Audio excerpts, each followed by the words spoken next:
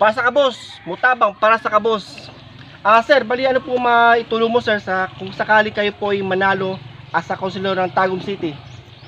Una sa tanan no, daghang salamat no sa pag-anin ninyo din sa akong balay no, bisan tuod akong pobre na nagdagan kong konsyal karon din sa Tagum City. Ako napo ko yung mga abokasya na ako gikatabang sa mga katawan din sa Tagum City.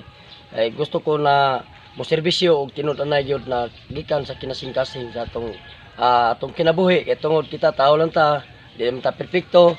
Ang ako lang na mo serbisyo ko kanang para sa tao gyud na maghimo ko pag-abot sa panahon kung ako'y palarin no mga kaigsuonan, andam ko mo gama og balaod o kung sa man ang mga ordinansa na akong ikahatag pohon.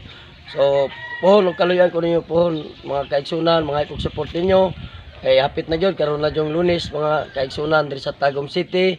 Kinasing-kasing lang na ang inyong idol dancing topic energetic si Walter Burila na andam jud mo serbisyo labi na sa mga pobre na parehan ako kay ang mga kalaban karon mga kortahan kayo no, gabig panghatag nila kwarta nya ako wala lang jud gugmal sa niya ko mga kaigsuonan.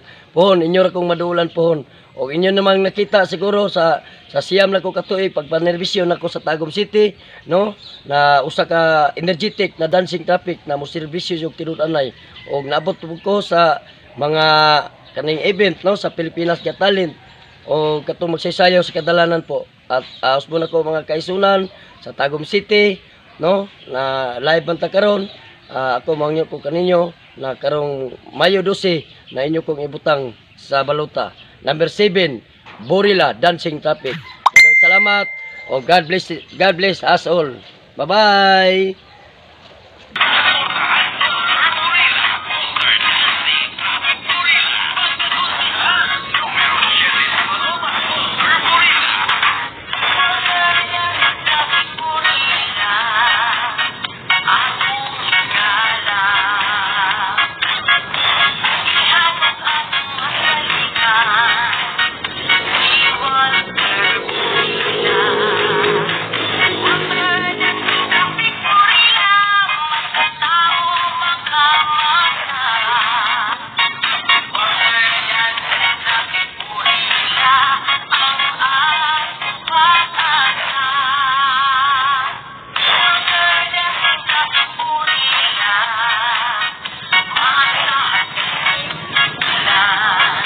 Mga guys, bali dala po yung ngayon ang team ni Duterte.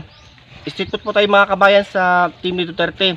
Huwag kalimutan po, Walter Burila po ng Tagum City. Okay po. Shoutout pa ba sa taga Vloggers from Mindanao. Don't forget guys, please support po. Yun lang po, maraming salamat.